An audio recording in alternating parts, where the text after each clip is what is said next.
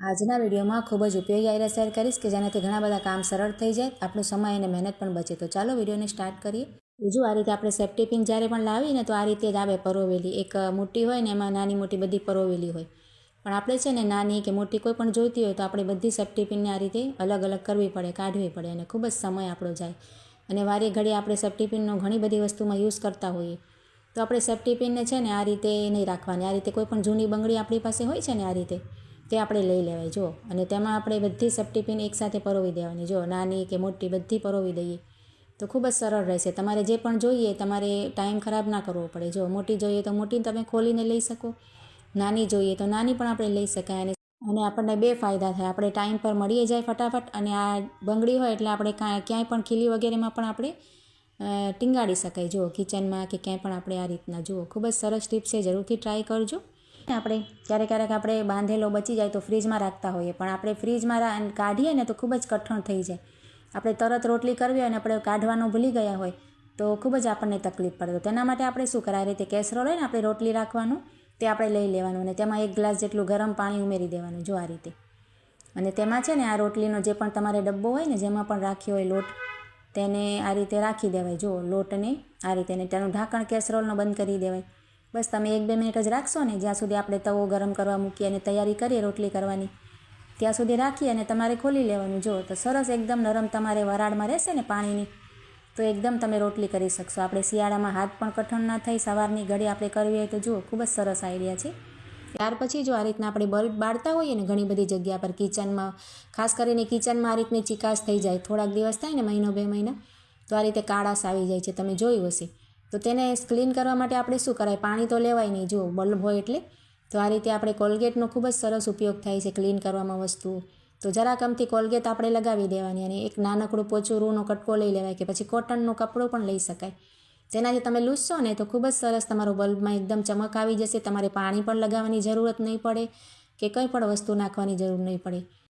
આ રીતે આપણે જરાક અમથી કોલગેટ નાખી અને આ રીતે 1-2 મિનિટ માટે રૂથી કે કપડાથી આ રીતે કરી લેવાય. તો જેટલા પણ આપણે બલ્બ હોય તો આ રીતે સાફ કરી શકાય આપણે જુઓ. ખૂબ જ સરસ આઈડિયા છે, તમે એકવાર જરૂરથી ટ્રાય કરીને જોજો. બધા જ તમારા દાગ પણ નીકળી જશે અને આપણે પાણી વગેરે કે કોઈ પણ વસ્તુ લેવાની જરૂર પણ નહીં પડે. જો અહીંયા મેં સાફ કરી લીધું છે, તમે જોયું હતું ને પહેલાં કેટલું કાળાશ હતી, બધી કાળાશ નીકળી ગઈ છે. તો એકવાર જરૂરથી ટ્રાય કરજો.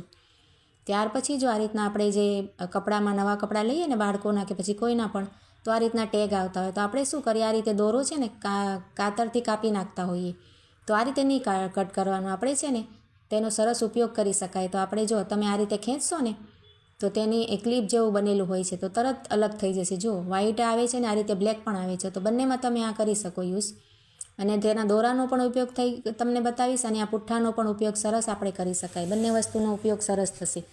તો જો આ દોરી આપણે ઘણા બધા ઉપયોગમાં કામમાં લઈ શકાય.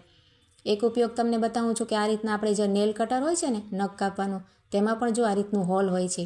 અને આપણે ક્યારેક દોરી તૂટી ગઈ હોય કે આપણે ટીંગાળવાનું ન હોય તો તેમાં આ રીતે તમે કરશો ને તો આ પાછી ક્લિપ ત્યાંની બંધ થઈ જશે જો આ રીતે. તો ક્યાંય પણ તમે ખીલીમાં ટીંગાળો તો તમારું નેલ કટર ખોવાશે નહીં જુઓ. ત્યાર પછી જો આ રીતના આપણે ચમચા કોઈ પણ જાતના હોય ને, અહીંયા મેં પીઝા કટર લીધું છે, તમે તેની જગ્યાએ કોઈ પણ ચમચો આ રીતે હોલવાળો હોય ને તે લઈ શકો જુઓ. તો આને પણ તમે ટીંગાળી શકો, ક્યાંક પણ આપણે કેબિનેટમાં હોય હૂક વગેરે તેમાં આ રીતે ટીંગાળી શકાય.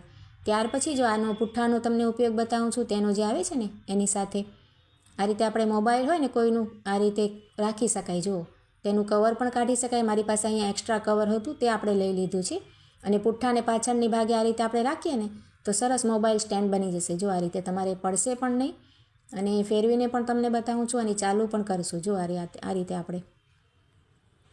તો ખૂબ જ સરસ આ પુઠ્ઠાનો પણ ઉપયોગ થઈ શકે અને દોરીનો પણ તમે ઉપયોગ જોયો ને. ત્યાર પછી તેનો જે બીજો પુઠ્ઠો આવે છે ને તેનો પણ તમને ઉપયોગ બતાવું છું. જો આ રીતે આ બીજો એક એનો જ પુઠ્ઠો છે નાનકડો, તેમાં આપણે આ રીતે હોલ કરી લેવાય જો, સેફ્ટી પિનથી હોલ કરી. અને આપણા જે ઇયરિંગ્સ હોય ને કોઈ પણ જાતના ઇયરિંગ્સ આપણી પાસે હોય છે ઘણા બધા, તો તેને ઇયરિંગ્સમાં પણ આનો ઉપયોગ કરી શકાય. ખૂબ જ સરસ આઈડિયા છે જુઓ. આ રીતે તમે એકવાર જરૂરથી ટ્રાય કરીને જોજો. ત્યાર પછી જો આ રીતે આપણે પર્સ હોય ને ઘણા ટાઈમ બાદ ઉપયોગમાં લેતા હોઈએ તો તેની જે ચેઇન છે ને આપણે આ રીતે અટકાય જુઓ, આપણે બંધ ના થાય અને આ રીતે ખુલે પણ નહીં. તો બહુ આપણને કંટાળો આવે, આપણે વાર પણ લાગે. તો તેના માટે છે ને આ રીતના મીણબત્તી હોય ને આપણી પાસે કોઈ પણ સફેદ કે આ રીતે, મારી પાસે કલરવાળી છે, તે આપણે લઈ લેવાની અને આખી ચેન ઉપર તમારે આ રીતે ઘસી નાખવાની. જુઓ બંને બાજુ તેની સાઈડ હોય ને તો આ રીતે મેં બંને બાજુ ઘસી અને તમને તેનું રિઝલ્ટ બતાવું છું. ખૂબ જ સરસ તમારે કામ આવશે. કોઈ પણ તમે આ ચેનનું કરી શકો. મોટો બેગ હોય કે થેલો આપણે બહાર ગામ લઈ જતા હોઈએ તેમાં પણ આ રીતે પ્રોબ્લેમ આવતી હોય ને, ચેન આપણે ટાઈટ થઈ ગઈ હોય, ખોલબંધ ના થતી હોય, વારે ઘડીએ અટકાતી હોય, તો ગમે તેમાં ઉપયોગ આપણે કરી શકાય. નાના પાઉચમાં પણ કરી શકાય. જુઓ ખૂબ જ સરસ આઈડિયા રહેશે અને તમારે કંઈ પણ પ્રોબ્લેમ નહીં આવે. જરાક વારમાં તમે આ રીતે ખોલબંધ કરશો ને 2-3 વાર તો સરસ થઈ જશે. તો આજના આઈડિયા સારા લાગ્યા તો લાઇક કમેન્ટ જરૂર કરજો.